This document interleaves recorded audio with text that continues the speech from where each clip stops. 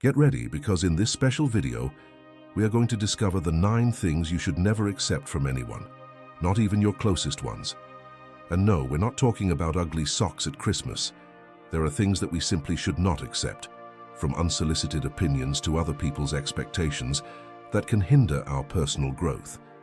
But don't worry, because not only will you learn to identify these emotional traps, but I will also show you how to reject them with grace and confidence. At the end of the video, I will reveal to you the most harmful thing you should never accept and how you can use it to your advantage. Let's get started. 1. The trap of unsolicited opinions. Have you ever felt like a magnet for unsolicited opinions, those that arrive uninvited, like a door-to-door salesperson who insists on offering you something you never asked for? Well, my friend, today we are going to talk about the first weed that we must remove from our personal garden. Imagine this: you are in line at the supermarket, ready to pay for your cart full of vegetables and fruits. Suddenly, the lady behind you looks at your purchase and exclaims, "Oh dear, don't you think all that fiber is going to cause gas?" Boom! Unsolicited opinion at its finest. These situations may seem harmless, even comical, but the reality is that unsolicited opinions can be as toxic as weed killer to your dreams and self-esteem. Why? Because without realizing it, we begin to doubt our decisions, question our judgment, and in the worst-case scenario, live according to the expectations of others. The great Marcus Aurelius, Roman emperor and Stoic philosopher, had something to say about this. He wrote, "Do not worry about the opinions of others, except when they coincide with your own principles." What wisdom in a few words. But how do we apply this in our daily lives? Well, it's not about becoming grumpy hermits who ignore everyone. It is about developing an internal filter, a kind of detector of useful opinions. First, ask yourself, did I ask for this opinion? If the answer is no, you already have a clue. Second, is it coming from someone who really knows my situation and has experience on the subject? If it's your neighbor giving an opinion about your career when he hasn't even worked in your field, he may not be the most authoritative voice. And here comes the most important thing. Does this opinion resonate with my values and goals? Because at the end of the day, you are the expert on your own life. No one knows your dreams, your fears, and your motivations better than yourself. Now, we're not saying you should ignore all advice. Sometimes those unsolicited opinions can contain nuggets of gold. The trick is to learn to sift, like a gold digger in a river full of stones. So the next time someone offers you an opinion you didn't ask for, smile, acknowledge the gesture, yes, even if it's the lady in line at the grocery store, and then decide if that opinion deserves a place in your mental garden or if it is better to let it pass. Remember, your mind is like a beautiful garden. Take care of what you plant in it, because that is what will grow. And if any unsolicited opinion sneaks in, don't hesitate to use your mental scissors to prune it. 2. The dangerous gift of others' expectations. Have you ever felt like you're living someone else's life? Imagine that your life is a beautiful blank canvas. You have the brush in your hand, ready to create your masterpiece, but suddenly, bam! Your parents, your boss, your friends, and even society appear, each with their own color palette, telling you exactly how you should paint your picture. "You should be a lawyer," says one. "Get married before 30, insists another. "Buy a house, have children, get a stable job," they shout in chorus. And before you know it, your canvas is full of strokes that you don't recognize as yours. This gift of other people's expectations can be more dangerous than a snake hiding in your garden.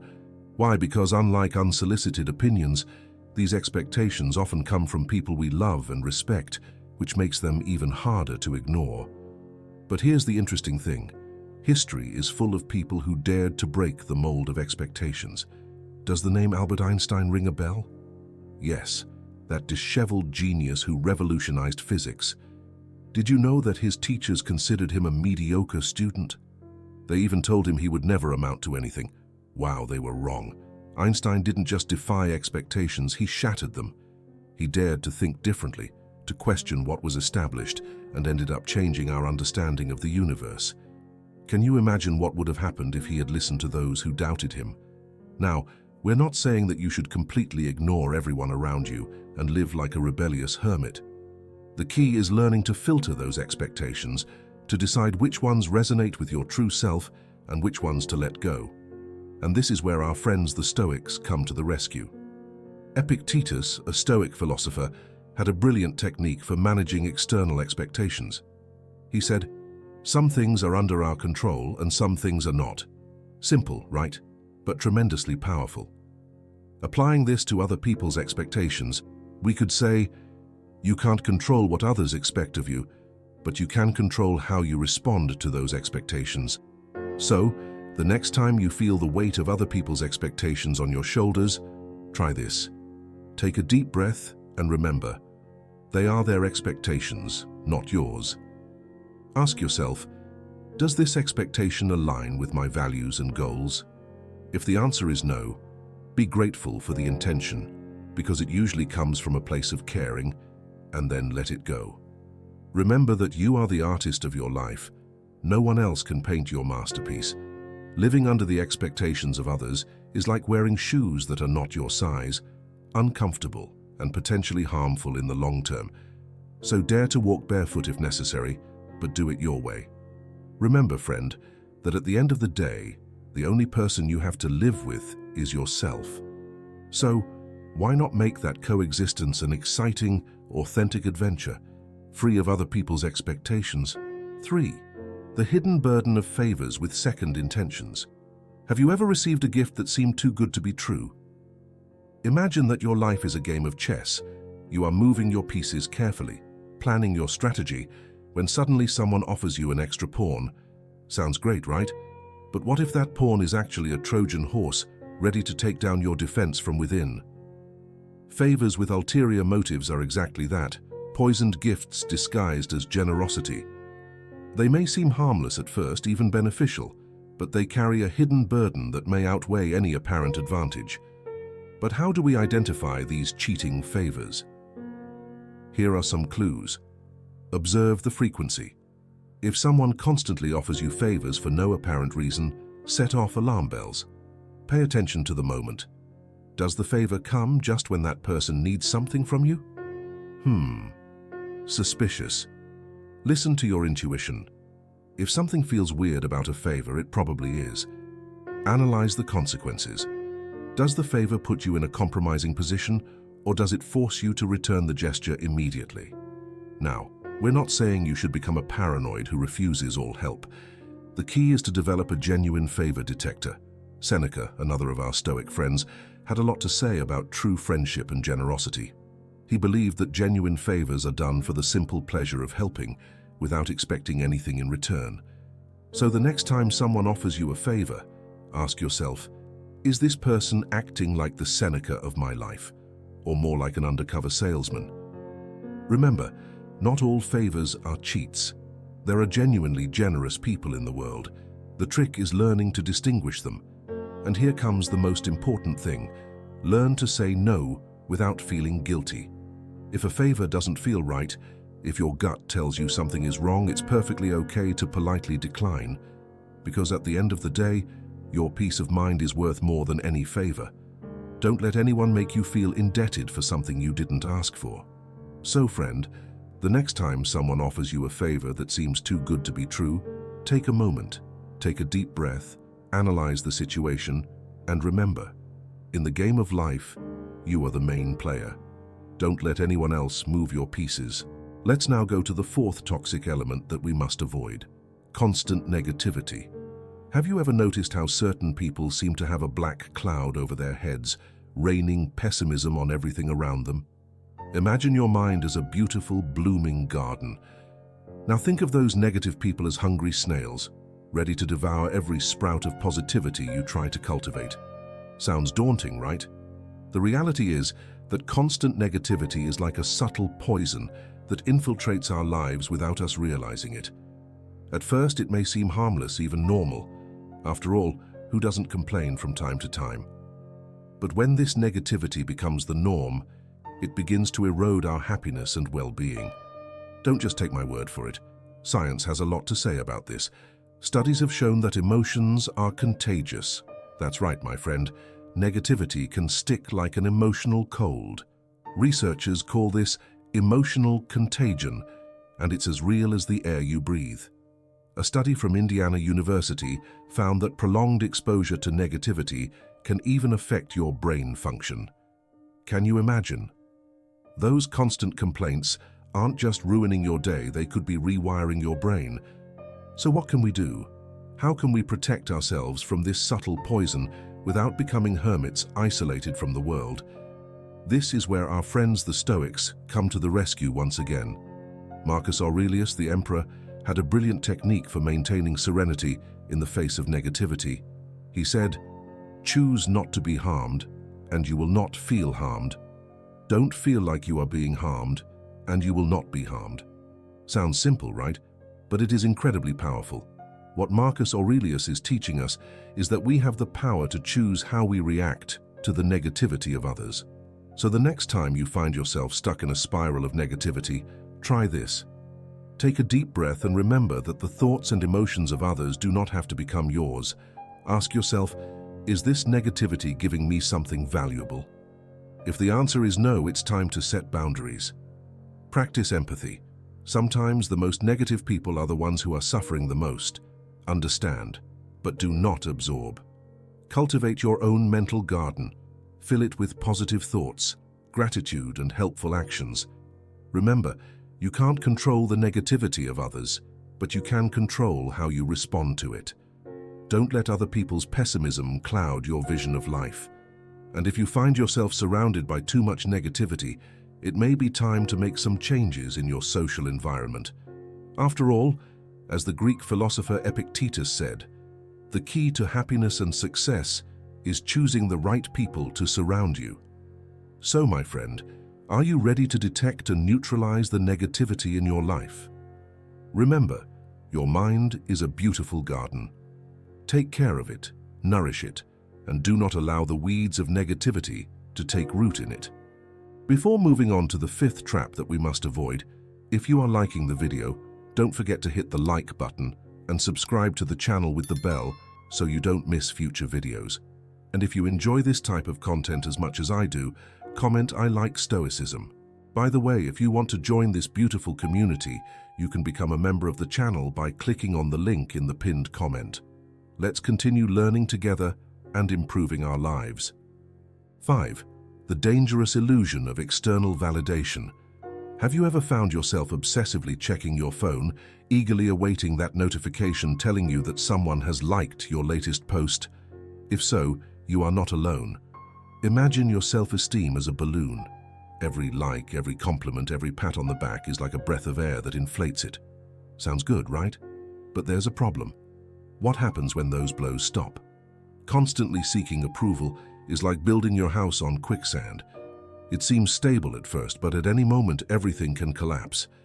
And trust me, buddy, you don't want to be there when that happens. Let me tell you a funny anecdote that perfectly illustrates this point. One day, Juan decided to post a photo of his breakfast, a simple bowl of oatmeal. You spent 20 minutes choosing the perfect filter, another 10 writing a clever description, and then you waited. He checked his phone every 30 seconds for the next hour. When she finally received her first like, she almost jumped for joy. But when 2 hours passed and he only had 6 likes, he fell into a spiral of self-criticism. Is my life that boring? He asked himself. Should I have added strawberries? Sound familiar? It's easy to laugh at Juan, but the truth is that many of us fall into the same trap, perhaps in less obvious ways. Now, what would our friend Epictetus say about all this? This Stoic philosopher had a powerful insight into the true source of self-esteem. He said, "Do not look for things to happen as you wish. Wish for things to happen as they do, and you will be happy." What Epictetus is teaching us is that our happiness and self-esteem should not depend on external factors that we cannot control. Instead of seeking approval from others, we should focus on our actions and values. So how can we free ourselves from this trap of external validation?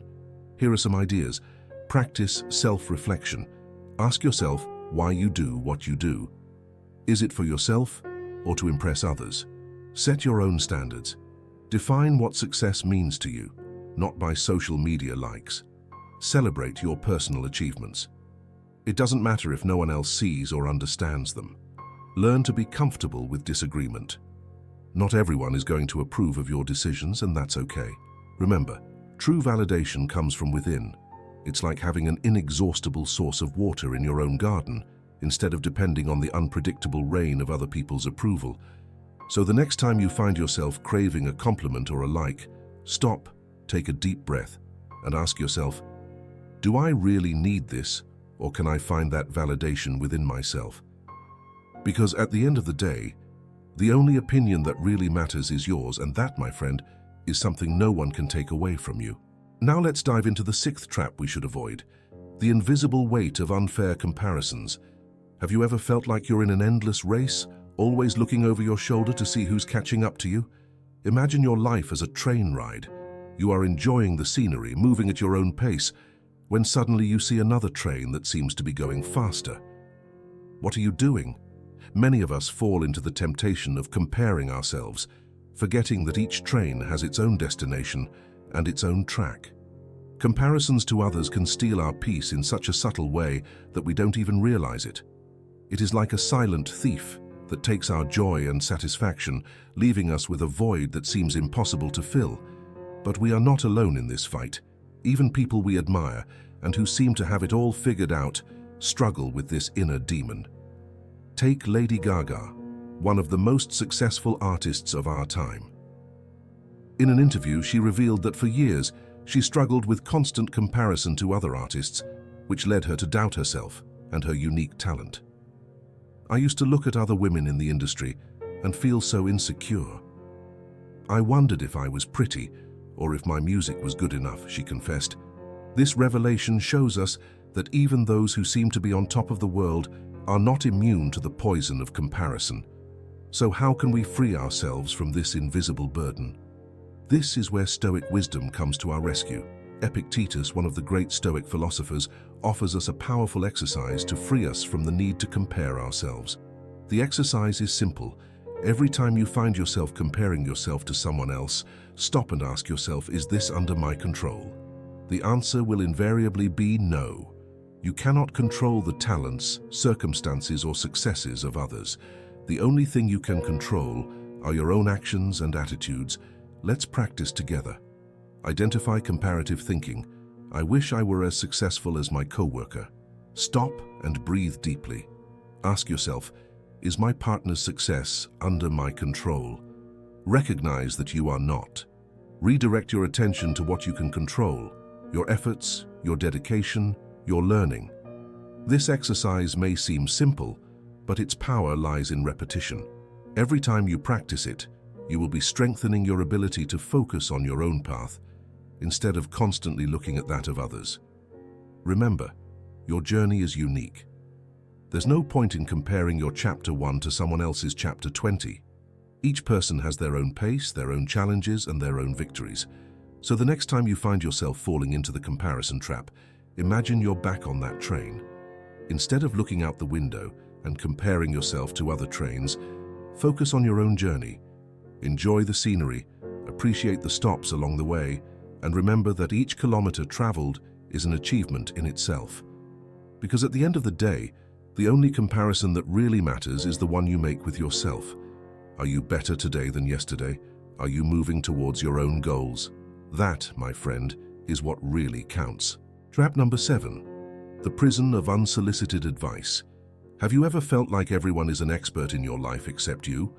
Today we will dive into the 7th trap that we must avoid, the prison of unsolicited advice. Imagine your mind as a house. You are the owner. But suddenly it seems like everyone has a key and comes in uninvited, moving the furniture and telling you how you should live.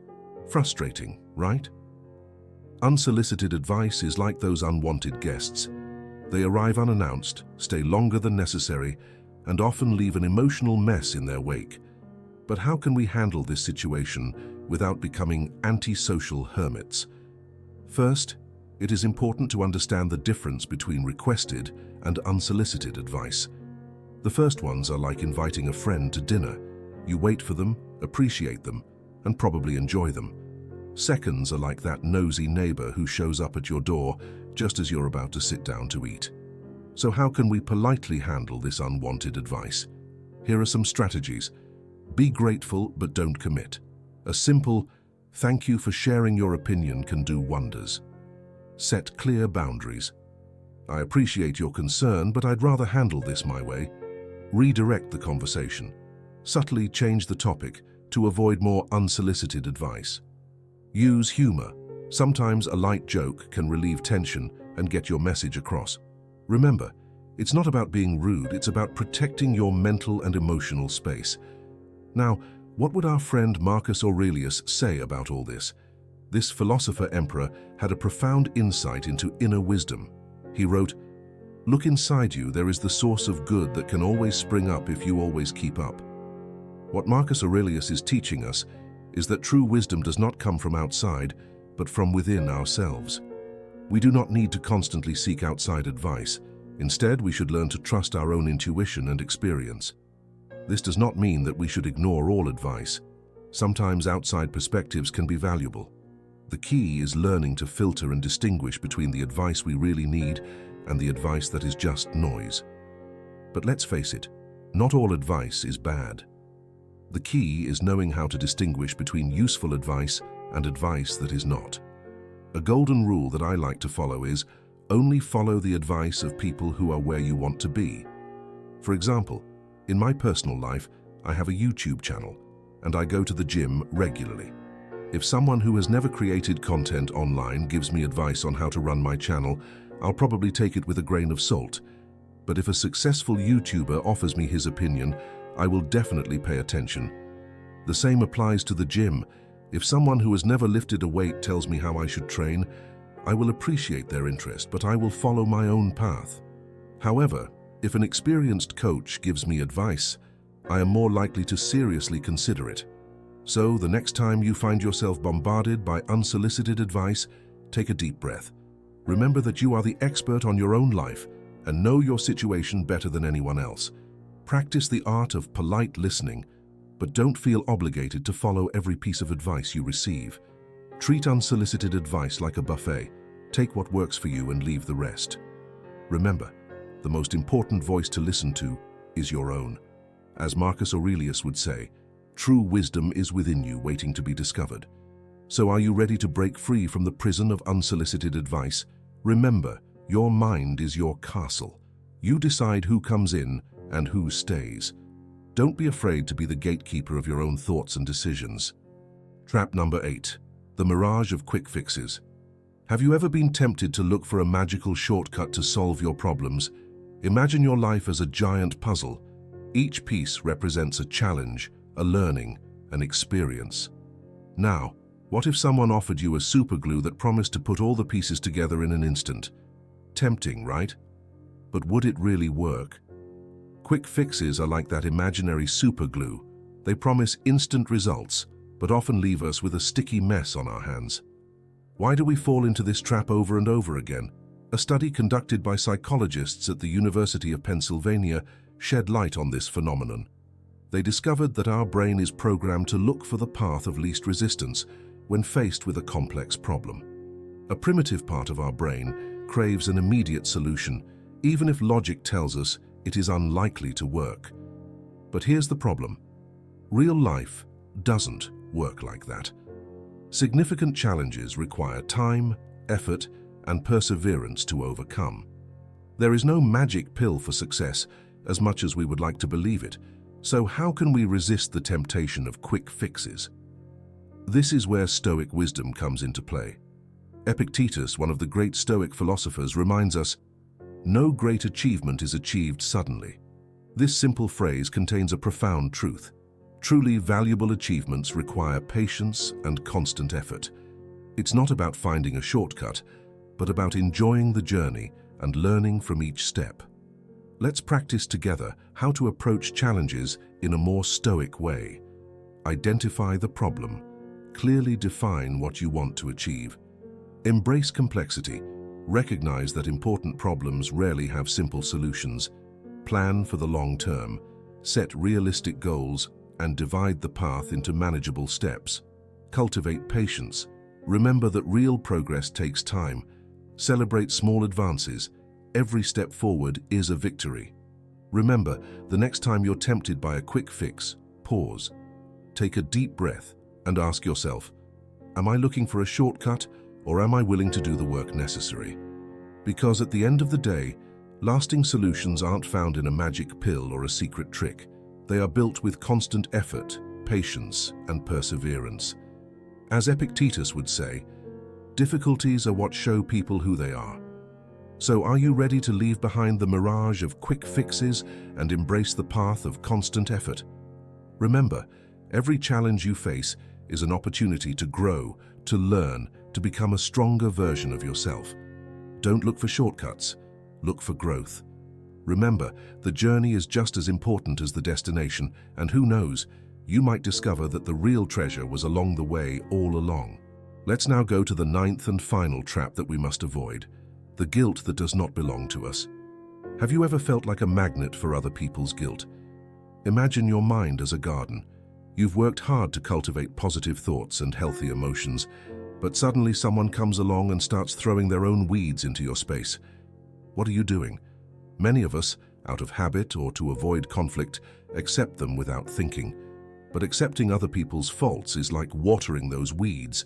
You give them life, you allow them to grow, and before you know it, they have invaded your entire mental garden. Why is it so harmful to accept faults that are not ours? First, it robs us of energy that we could use in our own growth. Second, it distorts our perception of reality. And third, it keeps us trapped in patterns of victimization. So how can we free ourselves from this trap? Here's a practical technique for setting healthy boundaries. Recognize when someone is trying to pass the blame on to you. Breathe. Take a moment to calm down before responding. Validate. Acknowledge the other person's feelings without accepting blame. Set limits. Communicate clearly that you will not accept that blame. Redirect. Encourage the person to seek constructive solutions. Practice this technique, and you will see how your mental garden begins to bloom without the weeds of other people's guilt. Remember what our friend Epictetus said, it is not things that disturb us, but our opinions about them. What Epictetus is teaching us is that we have the power to choose how we perceive situations. So the next time someone tries to pass their blame onto you, remember, you are the gardener of your mind. You have the power to decide which plants grow there and which don't. It's not about being insensitive to the problems of others. It's about maintaining a healthy balance. You can offer support and empathy without carrying blame that doesn't belong to you. Remember, every time you reject unfair blame, you are planting a seed of self-esteem and self-respect. And those are the most beautiful flowers you can grow in your mental garden. Are you ready to free yourself from the trap of other people's guilt? Start today. Observe your interactions.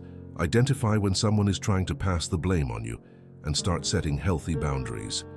Do the best you can with what is in your power, and take the rest as it comes. Throughout this special video, we have explored the 9 traps that we should avoid in our daily lives. From unsolicited opinions to second-hand guilt, we've unmasked these silent thieves of our peace of mind. But how to act? Practice wise rejection. What do we do with all this knowledge? This is where the art of wise rejection comes into play. It's not about closing doors on a whim, but about carefully choosing what we allow into our lives. It's like being the goalkeeper of your own exclusive club. Not everyone deserves to enter. Imagine your mind as a beautiful garden. Wise rejection is the fence that protects your flowers from weeds. Every no you say to something that doesn't serve you is a yes to your personal growth. But how can we practice this wise rejection without feeling guilty? Here are some strategies. Recognize your value. Remember that your time and energy are precious resources. Be kind but firm. You don't need to be rude to set limits. Offer alternatives when possible. Sometimes no can be not now or some other way. Practice self-reflection. Regularly ask yourself if your current commitments are serving you. I propose a final exercise to put into practice everything we have learned. Take a piece of paper and divide it into 2 columns. In the first column, write down all the things you have been accepting in your life that no longer serve you. They can be commitments, toxic relationships, negative habits. In the second column, write what you would gain if you stopped accepting each of those things. More time, peace of mind, energy for your true passions. This exercise will give you a clear vision of what you need to start rejecting wisely in your life. Remember, every no is an opportunity for a more meaningful yes. Wise rejection is not about closing off the world, but about opening space for what really matters. It's like cleaning out your emotional closet. Sometimes you need to push out the old to make room for the new.